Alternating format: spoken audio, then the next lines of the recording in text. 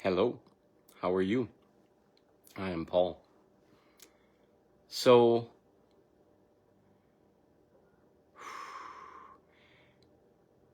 I used to do a lot of videos under and a podcast that's in Facebook, etc., under the title of New Perspectives on Reality. What do I mean by that?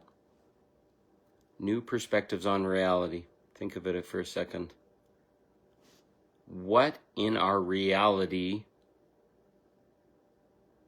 is taken for granted, is believed to be truth, is believed to be the only way because everybody else thinks the same thing or has been led to believe the same thing?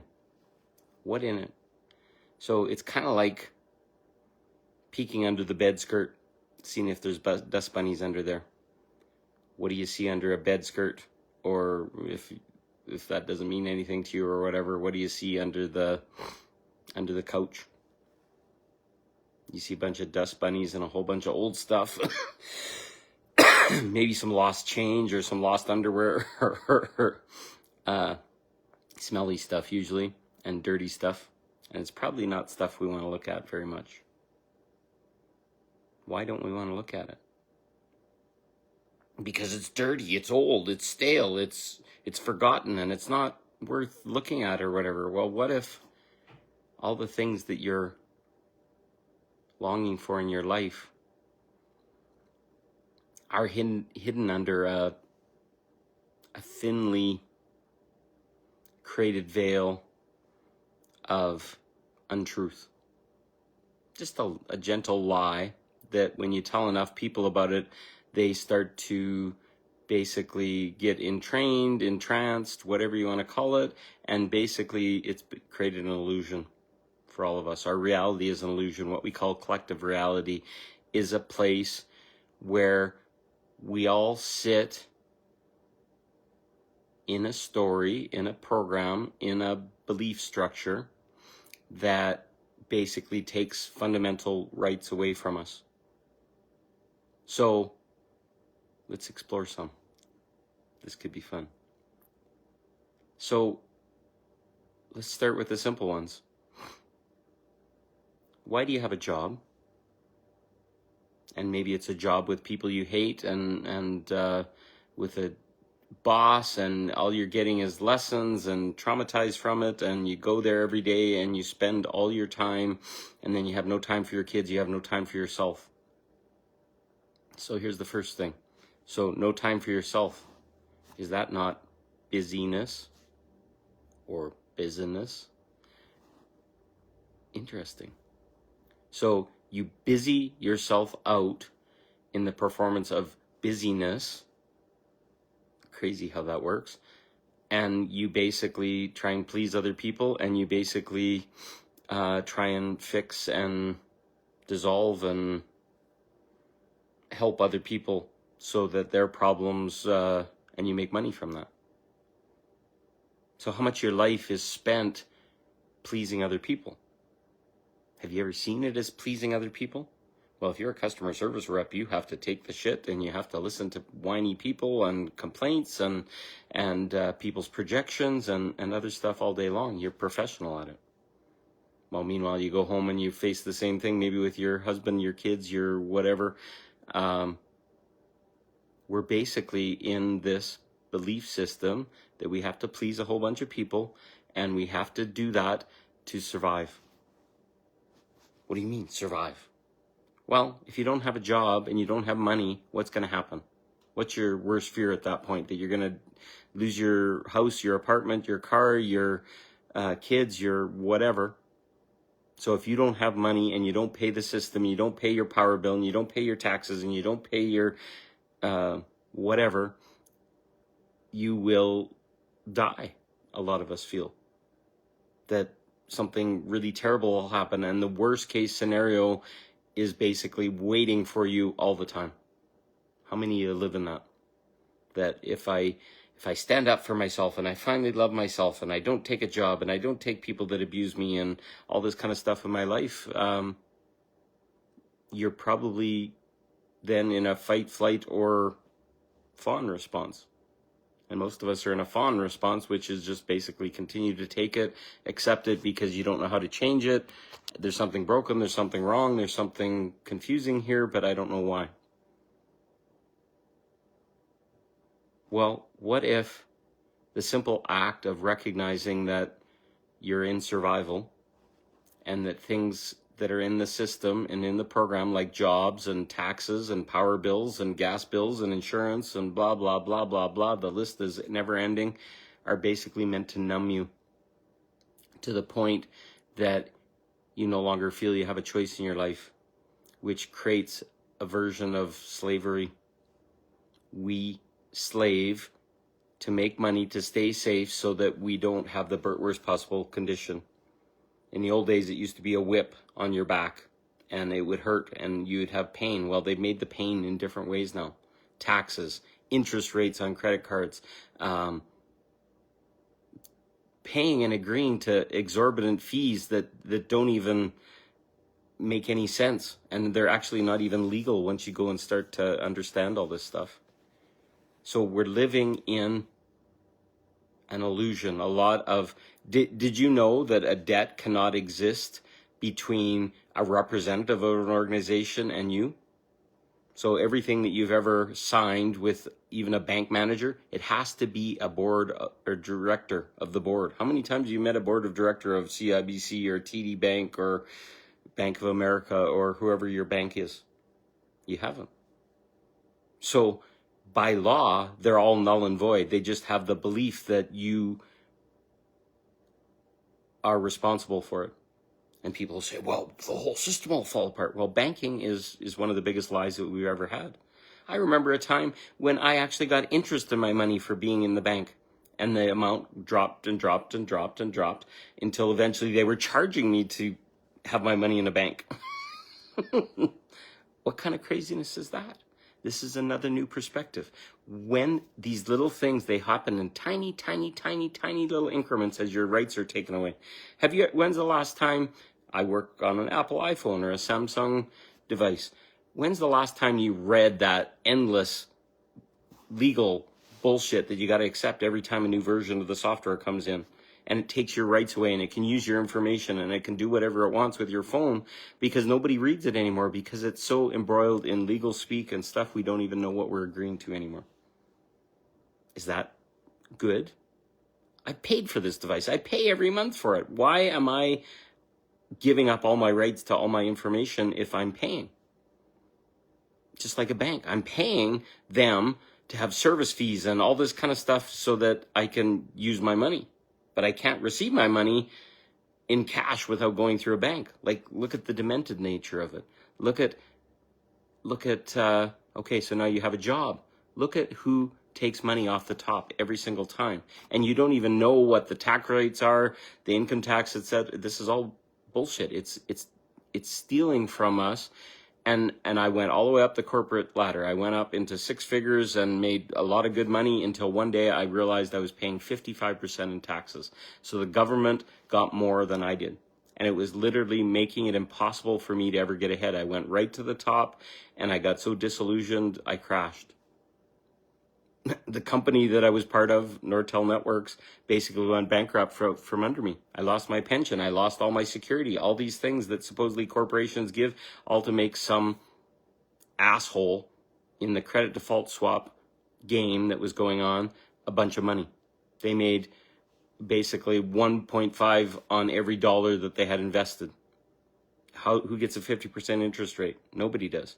All by coercing a bunch of the financial people to convince people that a company that had $9 billion in cash in the bank, that it was bankrupt. How does that work? No, well, the pension was underfunded by this amount and this one. And they basically, there's a million corporations in the world that are completely underfunded and all these kinds of things, and they don't go bankrupt. But the darling of Canada, Nortel Networks, basically got trashed to make a bunch of rich people richer. This is happening all around you. You can see banks imploding. You can see the stock market. The whole idea of the stock market is not to help the poor or the people make a leg up. I don't know how many people in the credit crisis basically lost their life savings, all their retirement money, etc., etc. When Nortel went bankrupt, it immediately bankrupted the pension and basically left a whole bunch of people that were expecting money that were barely surviving in their elderly and old age. Don't even get me started about the people that were on long-term disability. Nortel had a self-funded long-term disability and they all got nothing. So they were like in the poorhouse overnight because a bunch of rich people made some money. I even testified in front of Parliament and went to the government, and I was told behind closed doors every single time if they did anything towards a bank, they would not win the next election, and they could not support, even though this was evil and bad and uncomfortable. And I got 3 different times testifying in front of Parliament, and nobody listened, nobody heard. It was all a bunch of double take and bullshit. I testified against Mike Zafirofsky, who was the CEO of Nortel. He was just a man, a figurehead. Nothing ever happened to him. But he destroyed a lot of people's lives. And you want to know the worst part of the whole thing, and this is part of the game as well? After all this game, basically all the creditors in Nortel got paid out a very massive amount, and each employee, and basically the whole cost to pay out all the employees, I heard, would have been $23 million to pay severances, get them settled, and all this kind of stuff. Well, they ended up spending $3 billion in lawyer fees to fight us. What's wrong with that? This is a system that's based on exorbitant lawyer fees. Basically, the employees weren't represented properly. I was one of the employees that was going against it. We had a lawyer. We had all this kind of stuff. The friggin' company bought out the lawyers that we were dealing with. And basically, we then had to go with a court-appointed lawyer. You think that was on our side? This is the games that are going on all the time. The rich and powerful will basically destroy us so they can make money. How many people do you think, look at the amount of money that your employer probably makes and the stuff you do. I used to work for Nortel. I went into my last job in Nortel was what they call design cost reduction. I found $400 million worth of money for Nortel by changing what we called field programmable gate arrays, which were a chip that you could program into custom silicon, which is a chip that basically performs a function. They were like 1/10 the price.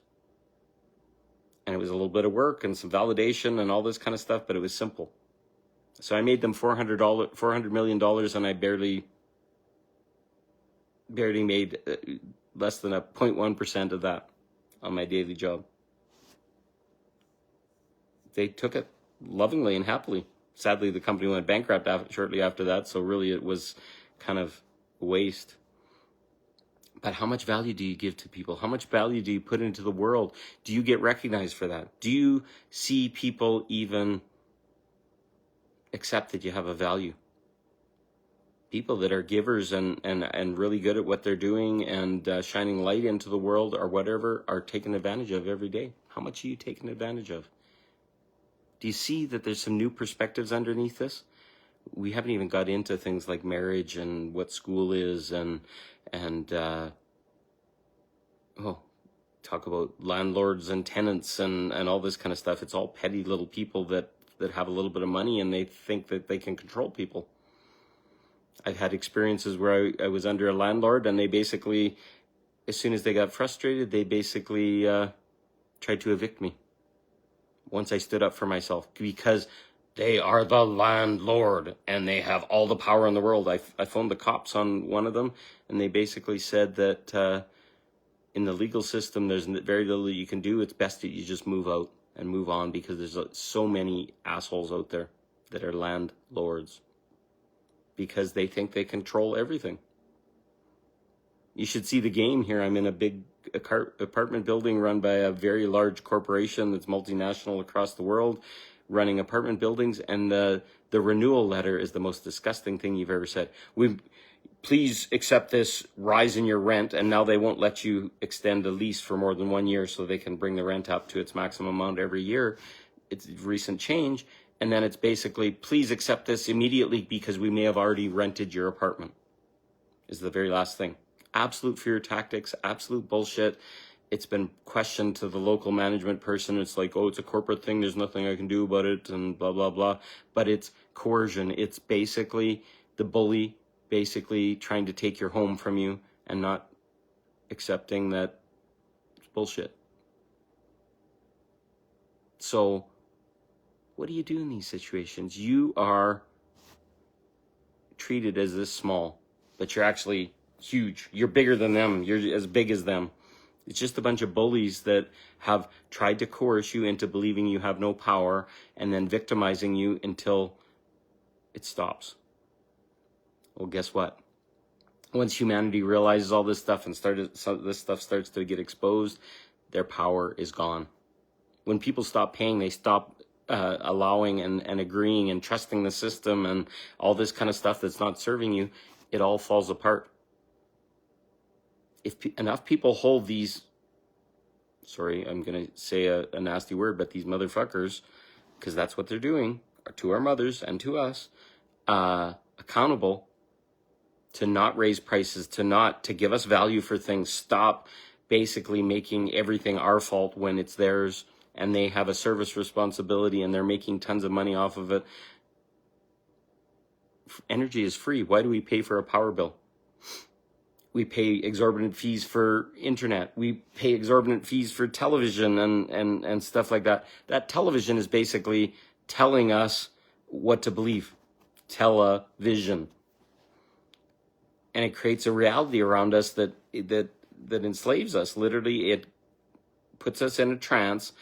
And the commercials and all this kind of stuff is telling us that our best life is with this pill. And how many times do you watch on a TV show now, and they're having 3 different drugs? You got to have Ozempic, and you got to have this, and you got to have that, and you got to have whatever. Just recent ones. Oh, this is going to solve all your problems. My mother took Ozempic. She's diabetic, and she took it, and it caused a whole bunch of other problems and dementia and all these things. This miracle drug is full of flaws and problems and causes suffering. So how much is that happening? How many pills do you take a day? Because you have to deal with high blood pressure. You got to deal with cholesterol. You got to deal with, they've been trying to push these into me for years. But as I research and I figured out things or whatever, they basically say, hey, high blood pressure is caused by salt. Well, did you know that you need salt and the minerals like salt in your bloodstream to be able to conduct electricity and conduct emotions in your body? So they're basically telling you to eat less, which creates this other problem in your body. You can't move energy anymore, and basically is a nightmare. So, but this is our medical system telling us this. Medical system says you got to take insulin. Well, guess what? Insulin, if you eat saturated fats all the time, and I'm talking the fried foods and all this kind of stuff, it basically gums up your system. It gives you what they call a fatty liver, and it surrounds your liver and your pancreas with fat, and basically your body will produce all the insulin that you need, but it can't get out. So you get diabetes just from eating all these saturated fats and hamburgers and french fries, and which I did for years. It'll also clog up your arteries, like your carotid artery, and then make you a stroke risk. Because I'll get you to try an experiment. Leave a bottle of canola oil in a warm place for a year. You'll find out that canola oil turns into globs of fatty weirdness. I left one in my storage unit. I brought it out, and it was just like, ugh. It was almost impossible to clean out. I couldn't, with soap and a brush and all these kind of things. It was one of these little kind of oil containers with the tube out the top. It basically clogged up, and it's happening in your body because we're eating this stuff, and we don't know that deep frying saturated fats will convert it into something that it wasn't, and it will hurt your body. But they don't tell us this. But then they give us cholesterol medicine and say bacon's bad for you or whatever. Well, I'm on a carnivore diet. Bacon's the best thing that you can ever eat. It converts to energy very quickly. It does not clog up our arteries. It does not give us cholesterol, and it's not going to kill us. It's the other stuff. So they basically point over here while they're doing something over here. It's happening all the time. So I will give you the best information that I have, which is a new perspective on reality, and it's up to you to do the research to validate it. You may disagree, you may not believe me or whatever, but if you dig deep enough, you're going to find it. I found what worked for me and what's enlightened me and made me aware geez, the email notifications and messages are coming up like crazy right now. It's trying to block me. But I want you to have the same information so you can make a choice for yourself. You don't have to believe me on anything. Go dig. I'm just giving the nudge. Here's a new perspective. What do you think? I don't have a job anymore for a very specific reason, exactly what I just told you. And I'm trusting the universe will bring me the money, and somehow everything works out every month, and I live in an apartment, and I have enough money to live, and my food, and all these things. Because I'm living outside of reality. I'm living outside the box. Do you want to live in a box that basically screws you like this every day without your conscious knowledge? Or do you want to live in a box where you have at least some choice? And enough of us to get outside the box, all of a sudden the reality is going to change, because this collective reality has to shift. It has to shift. It's torturing and hurting the most amazing people you could ever meet. They just don't have their power anymore. They've given it to all these authorities that do not give a flying fuck about us. Excuse me. But anyways, I invite you to explore more new perspectives on reality. I have a Facebook page I'm going to be starting, or a YouTube page. I also have a Facebook page, but I'm going to move some of my videos from Facebook, who's basically going to delete all videos after 30 days by June 20th is what I've been told. So all the information that I put here has been lost. So I'm trying to migrate that stuff. I'm a public speaker. I will share this stuff with people. I will help people emerge and arise and awaken. I love you. Thank you for listening. Have a good day. Bye.